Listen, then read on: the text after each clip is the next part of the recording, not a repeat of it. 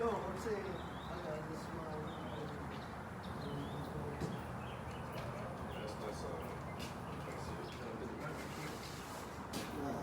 Take your time, man. Yeah. Yo, Greg, what's happening? You my boy, I'm trying to talk him into a call. What's happening? Oh, it's Captain wife. God dang it. Yo, so, look, man, first of all, Tulsa, headed home tomorrow. How long you been out? I know you out there getting it in. Real time.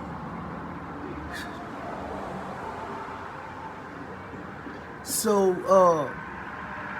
first of all, I want to shout out Choice Mask. That Stop the Clock shirt I got on that thumbnail picture. Choice Mask. Check out Choice Mask channel. I'm on the audio something. Check him out. But let's get into it. So, I was hollering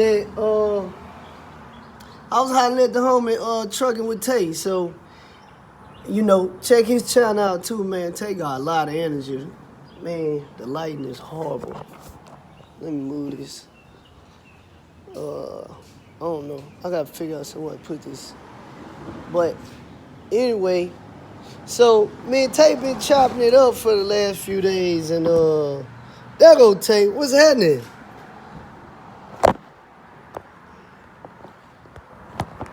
Tay told me I gotta get a camera too. I definitely need one. Yo, so you know we was going over different scenarios. Let me give me a little chill too. Oh man, it's like a little interview. I'm interview myself. So I'm gonna fix this. Oh man, take a look.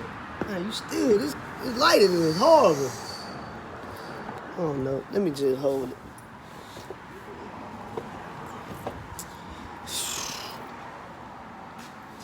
Your wife out here. She said, hurry up and get to the truck. Now. Yeah. So, man, we were going over different scenarios. There's a lot of people that want to come in trucking for the first time, or they're already driving for someone and they want to do their own thing, which I think is a good thing. Now, determine what company would be the best company for you if you're thinking about leasing on, or you start your own authority. A lot of people have, I guess, trouble with picking what would be best for them. Another thing, picking a particular truck and how to go about it. One thing I will say is it's going to be pros and cons to both situations. So let's start with a new truck. The pros to a new truck, the sucker is gonna last as far as you don't have to worry about breaking down all the time when you're on the road and stuff like that. And you can just roll and make your money as long as you keep your oil changed and whatever other things that need to be changed on it, recommend by the book that's gonna come with your vehicle. The cons is the fact that you're paying a truck note. Or another pro, you're going to have a warranty on there. So if it break down or something, it's under warranty. You put it in the shop, they got to fix it for free. That's just what it is with it. But, like I say, the con with having a new truck is the fact that you have to work, run these loads, and make money to pay the truck insurance and pay the truck notes on it. All right, let's talk about a used truck. The fact that it's an older truck, and you know the con is an older truck, and you don't know what you're getting. You don't know how that truck was driven before you got it. You don't know if the maintenance been kept up on that truck. You don't know if the freaking suspension good on it, the motor, the transmission, anything. you don't really know much about it. You just know, hey, here go a truck that I can pay for cash. So when you get to running that truck, you don't know when it's gonna break down. Now, the pros of having a used truck like that, something cheap, like you can pay for it and own it outright. So, two things can happen with that. You can either run that truck. There go L Boogie. What's happening?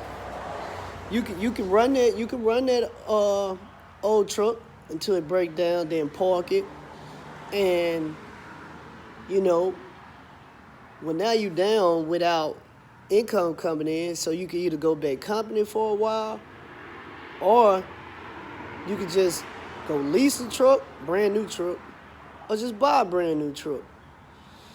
And you use that truck, you make your money for however long you plan on keeping the truck. Just say 2 years, you do a 2-year lease. Let's talk about a lease vehicle, brand new truck.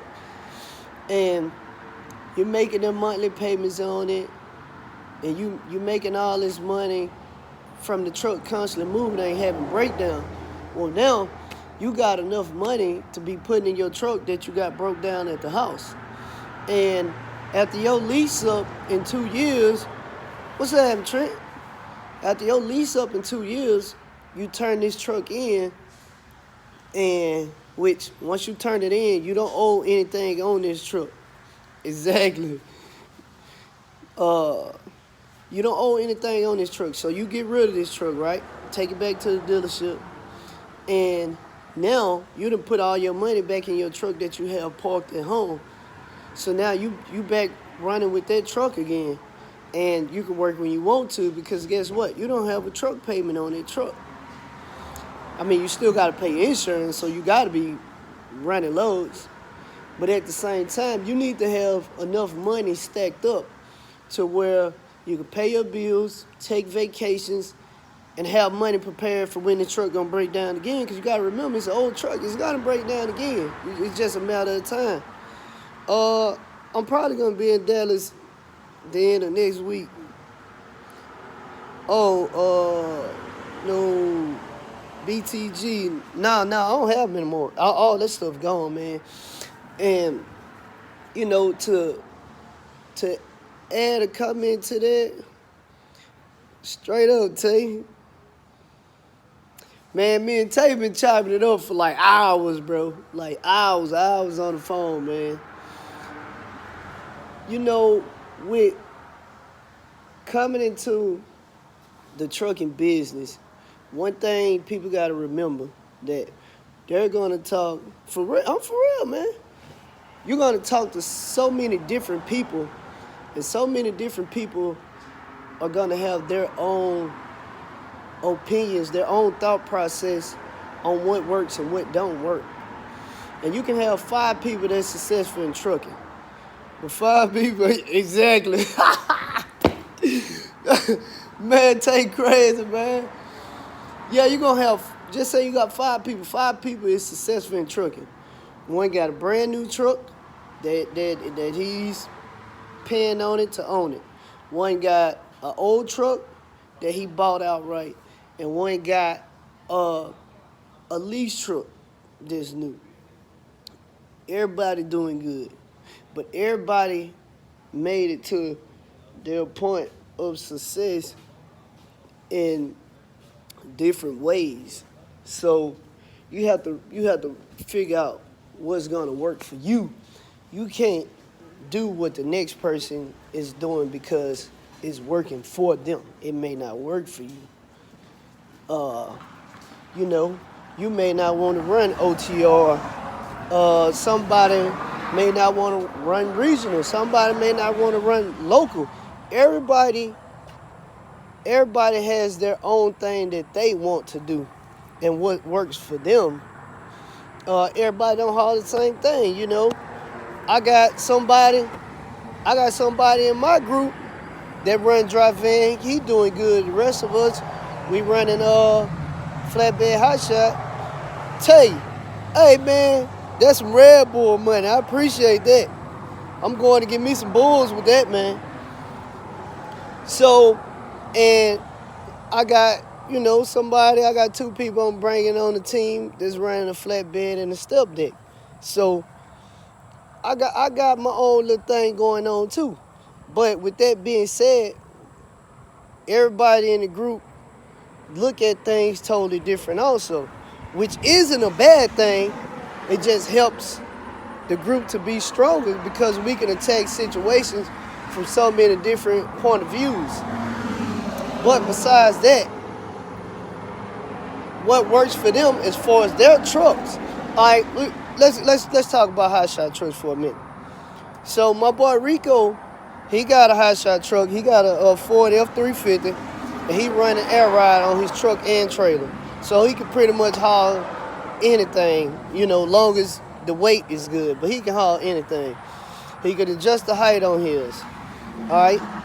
Rico truck is an older truck, pre-def, paid off. He don't owe nothing on it. And Rico run all over with it, right? But Rico's a mechanic. It's been a few times that Rico truck broke down. Rico like, okay, I know what's wrong with it. Let me do this, this, and this.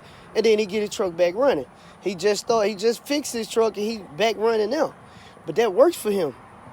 It doesn't work for me because I'm not a mechanic. I would be nervous to run to freaking Wyoming in an old truck that's paid off and I'm not a mechanic. I'll be too scared. I personally would want to stay regional with that truck. I want to stay close by the house. That way I can call somebody to come help me, or I can get it towed and it won't cost me as much money because I'm not too far away from the house. So if I was a mechanic and I felt comfortable, I would buy an old truck. Buy it outright and run that truck wherever. Keep my tools with me. I do whatever I want to do with it. But that doesn't work for me. But guess what? I'm successful in my situation. Rico's successful in his situation. So with that being said, you have to figure out what's going to work for you. You can't do what the next person is doing because it's working for them. So I get a question about, man, what's the best brand trucks to run or whatever? You can buy any brand truck. Now, one thing I will say, that I wouldn't buy an international truck with a Mac Force engine, period. That's just a trash engine. It ain't my opinion. It's facts. It's trash. Nicholas, what's happening? But an older international with a totally different engine in it, yeah, I would definitely buy that. Exactly. Hell Boogie, exactly. So, but I'm going to tell you, it's just my thought process. For someone who doesn't have a lot of money put up, you got enough to get a truck, but you don't have enough money put up down there in Georgia. Oh yeah, that's that engine oil car. I don't know nothing about it, but I heard of it. But so this is just something to think about. What I have suggested at one point was either buy a truck or lease a truck. I think buying or leasing could work for different reasons. Leasing a truck, the payments are usually higher. Buying the trucks, the payment's not as high because you put a down payment down. But you can still get rid of both of the trucks. You lease it, you turn it in after the contract up with it. You buy it, you run it, you got enough equity built up in it. Of course, the value will go down over years too, depending on how long you keep it. But at the same time, you wouldn't take a loss on it because once you could sell the truck back to the dealership. My white truck, 13 speed, I sold it back to the dealership. And I didn't take a loss on it. So you can do that. You can either do that or you can lease a truck and turn it in after the contract, the lease is up on it. All right. So my suggestion on somebody who have enough money to get a truck but don't have a lot of money put up for breakdowns or whatever other problems you may face in months coming. Put your down payment possibly on the truck you buying or a lease truck, brand new truck. It's got a warranty in it up to 250,000 miles, or some cases up to 500,000. I think 250,000 miles, and then you have to get a extended warranty up to 500,000 or 750,000 miles. You can get a warranty on the truck up to 750,000 miles. 500,000 miles on the 18-wheeler is you just now breaking it in. So anything under 500,000 miles is still considered new, somewhat new. All right. Like I say, you got enough money to put down, but you don't have enough money to prepare you for whatever problems you're gonna get. I suggest leasing or buying a new truck. You run that truck because, like I said, if it breaks down, you got a warranty on it. You run that truck, just say you stack up for 3 months. So you got more than enough money. Exactly. You got more than enough money to go buy your old truck cash. But you don't want to buy it with the money within the first month or 2 months, because you still want to have money to sit on. So you wait for about 3 months. In 3 months, you'd have made anywhere from $15,000 to $20,000 a month, or more in some cases. And so 3 months, just say you made $15,000 a month, you got $45,000. You take $15,000, you go buy your old truck outright. You own it, park it at the house. You still got $30,000 put in your account. You run that truck into the lease up. You'd have made all this money. Now, you turn that lease truck in, and your truck that you've been putting money into, that you paid for outright, now you get in that truck and you run that truck until it breaks down. Now that way you got enough money to fix it, and however long that truck's sitting until you fix it, you got enough money put up to the point you're not desperate to go make money or have to go back company, unless that's something you just want to do. You're not in a position to where you're struggling. So you can do that. But like I say, you don't have to do that if you're a mechanic, or you got a mechanic that's attached to you that's not going to try to rape you on the prices. You buy this old truck, you got, say you only got $5,000 or $10,000 put up. That old truck break down, boom, you can call your mechanic to come fix it. You got money put up. So you're not really stressed out about it per se, because you know how to fix it, or your mechanic know how to fix it, and you know you're not going to spend crazy amount of money fixing it unless you need a new motor or transmission or something like that. Then now you're in a situation where you either got to go back company, or you need to go take the money you got and put it into buying you a new truck or a lease truck. I wouldn't put my last dollar into an old truck, because the first day you get on the road and that sucker break down, you have absolutely no money, $0. So you are broke, and you have this truck that's probably going to be stuck out somewhere that you can't get back home because you don't have money to get it towed home. Don't put yourself in that situation. So that's just some, food for thought. You figure out what's going to work for you, and you go. But like I say, everybody's situation different. A lot of people get on YouTube or whatever, or just sit around and talk about what works for them. You need to do this. You need to be a broker. You need to go get your own direct freight. You don't need to lease on. You need to start your own authority. Everybody's money isn't the same. Everybody's thought process isn't the same, and everybody's work ethic is not the same. Because usually, and it's not always, but usually, somebody who run local, their work ethic is not going to be like someone who runs OTR. It's a lot more going to running OTR, because you so much you got to deal with. You got to deal with being stressed in some situations. Different weather, being snowed in, truck breaking down. You got shippers and receivers, they got attitude problems.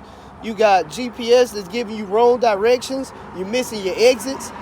You're missing your family. You know what I'm saying? You still got bills to pay at home. It's so much more stress when you over the road. So, hold on. Let me see.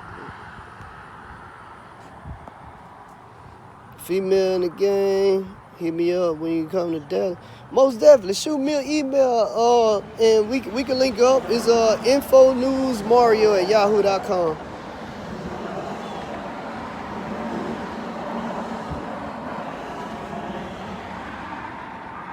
Oh, that's good. You making that kind of money. That's fire. That's definitely fire. Congrats to you. Uh, but like I say, man, everybody's situation isn't the same. And as far as people asking me about running hot shot or big trucks, either or, trucking part-time, you have to have the ideal situation for that to work. My situation is the ideal situation, but most people situations isn't like mine. And I don't suggest it. I mean, I'm not gonna be against it if you decide that's what you want to do and it's gonna work for you. Hey, I mean, all I can do is try to help guide you, but I just personally don't suggest. If you're working a 9 to 5 job and you know you only got 2 or 3 days off or whatever, I don't think that's a good situation to be running a truck. Like that truck got to be rolling for you to make money. The benefit for me is the fact that I don't work a 9 to 5 schedule. I work 24 on, 24 off until I reach my days off, and I'm off 6 days straight. And it's like that, you know, it's on a cycle like that. I'm always off for 6 days at a time. Plus, I'm off for 24 hours after. When I get off today from working 24 hours, I'm gonna be off for 24 hours. So I have a load book in the morning, and it's a really good load. So I'm gonna run that, do what I gotta do, and then I'm coming to work. And I've been doing that crap since 2015.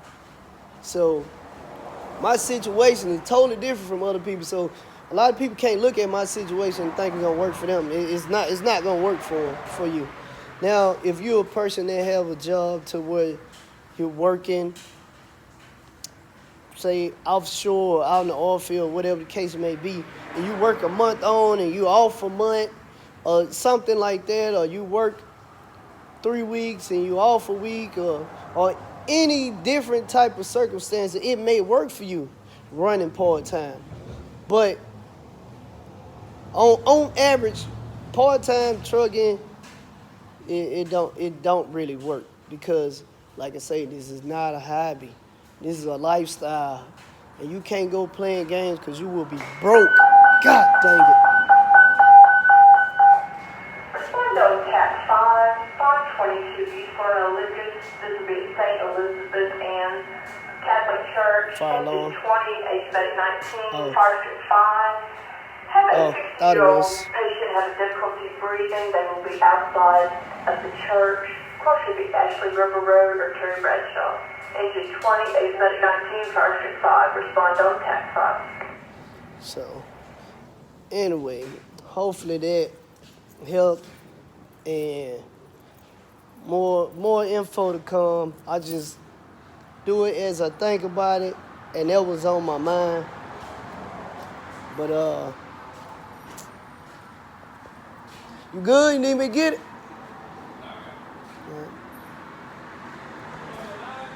Huh? Yeah, I'm about to get off. I'm done.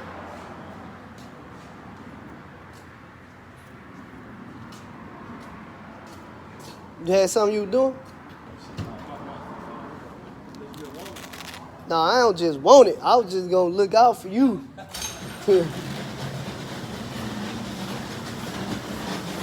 Nah, y'all, you can have it. You know if he did all the reports? I don't see him on the truck, huh? That's my boy. Black boy. More. Huh? They right there.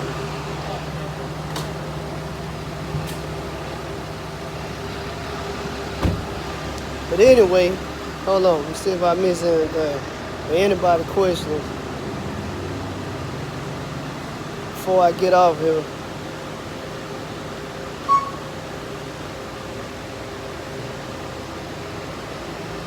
I think that's it. So, man, y'all got questions, y'all know, shoot me an email. I'm gonna holler at y'all. Peace.